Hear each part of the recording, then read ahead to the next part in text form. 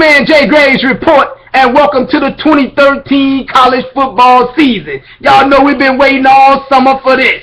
Every week, I'm going to give you the college football weekly preview on Thursdays. We're going to go over the top 5 ball games every weekend. On Monday, we're going to give you the Jay Graves report post-game. So we're going to get it in and talk about it. Right now, let's go through the top 10 ball clubs that's starting the season off, and I'm going to tell you how I feel about them. Now, number 1, Alabama. They rolling down in Tuscaloosa, bruh. It looks like this year they on the verge of winning 3 straight. They can win 3 out of 4. A.J. McCarron came back. Oh, duh, Nick Saban's still there. As long as Nick Saban is in Tuscaloosa and boys are operating under his guidelines, they're going to be hard to beat, bruh. I'm going to say this. Alabama had the number 1 defense in the country. But they was dumb in the secondary. They had an All-American D. Milner, but D. Milner is now gone. So in order to beat Alabama, you got to be able to throw the football. But even with that, you got to outscore them. Because A.J. McCarron and company, Cooper on the outside, T.J.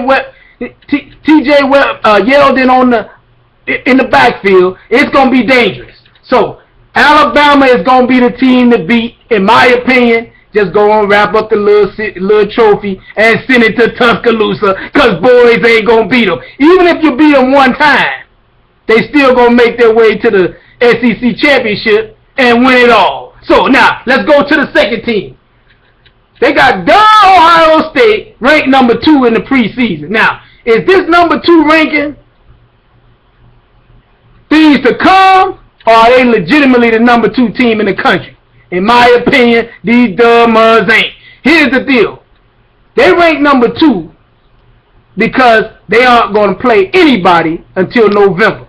They play in the Big Ten. Let's keep it real, all the way 100, whichever comes first. Nobody's on the schedule until they play Michigan at the end of November, last ball game of the season. So if we want to look at what is going to be forecast, yeah, they're the number 2 team in the country. But in my opinion, they ain't even in the top 7. Let's keep it real, all the way 100, whichever comes first. Even though they got Braxton Miller, and he the real deal, they just don't have the talent that a lot of these teams behind them have. Now, third, we got Oregon Ducks, the Parliament Funkadelic. The last time I'm going to say the Oregon Ducks is right now. For the rest of the season, they are known as the Parliament Funkadelic because they coming in with the sweet uniforms, and D'Anthony Thomas is still on the roster. So keep it real, because you got to look out for the Parliament Funkadelic. Now, let's move to number 4, Stanford Cardinal.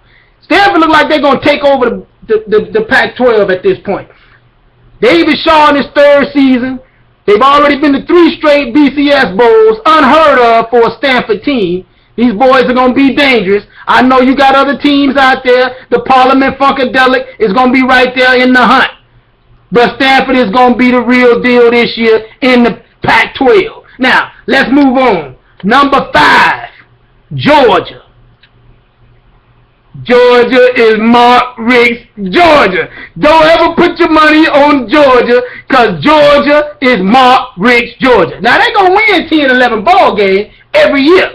And that's not enough to get old Mark Richt fired, but he's not going to win the big game. That's just how it is. Last year, they were 5-6 yards from playing for a national championship, but they were up by like 14 points during the course of that ball game and went duh at the last minute.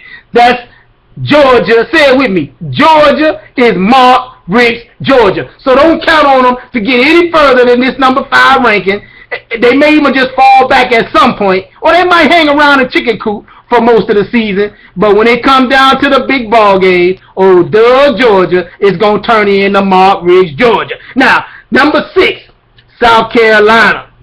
The old ball coach got boys looking good. They got Jadeveon Clowney. Look like he may be the number 1 pick in the draft. The freak. Everybody's talking about him. Here's the problem, though. He don't play offense. He don't run the ball. He don't catch the ball. So it's only so much he's going to be able to do in the middle of the field playing defensive tackle. Let's keep it real all the way 100, whichever comes first. All you got to do is stay away from him. Now, I know that's going to be difficult to stay away from him, but if you can score points, you can beat South Carolina. They are a good team. I think they are deserving to be in the top 10, but it's South Carolina. There's a reason why boys at South Carolina. Now, let's move on to Texas A&M. Oh, Doug Johnny Football. He been out here acting a fool all season. He at the Miami Heat game. He hanging out in behind closed doors, signing autographs with Doug Muggs. He don't know nothing about getting caught up. All you got to do, oh, man.